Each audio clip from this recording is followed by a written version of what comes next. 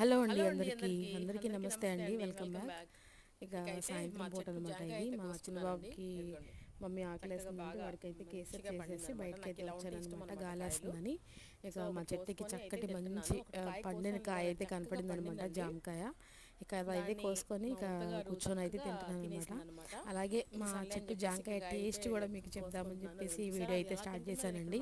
అసలు మా చెట్టు జామకాయ టేస్ట్ అయితే అసలు ఎంత రుచిగా ఉంటుందో, ఆర్గానిక్ అండి. అసలు ఏమీ వేయకుండా, ఏ పిండి పదార్థాలు కానీ లేకపోతే ఏమన్నా మందులు కానీ ఏమీ వేయకుండా పండిన జాంకాయ అనమాట. అది అసలు అంటే ఎలాంటి ఏమి వాడకుండా మంచి మట్టిలో నుంచి వచ్చిన చెట్టుతో వచ్చిన జాంకాయ అనమాట. చాలా టేస్ట్గా ఉంటుందండి, చాలా చాలా బాగుంటుంది అనమాట. ఇక జాంకాయలు బయట మనం కొనుక్కోవాలంటే మీకు తెలిసిందే కండి ఎంత రేటు ఉంటాయో. 10 రూపాయలకి 2 కాయలు ఇస్తున్నారండి. ఇక చూడండి మరి ఎలా ఉందో బయట పరిస్థితి. ఇక మనకు ఆ పని లేకుండా మనకు చక్కగా మన చెట్టు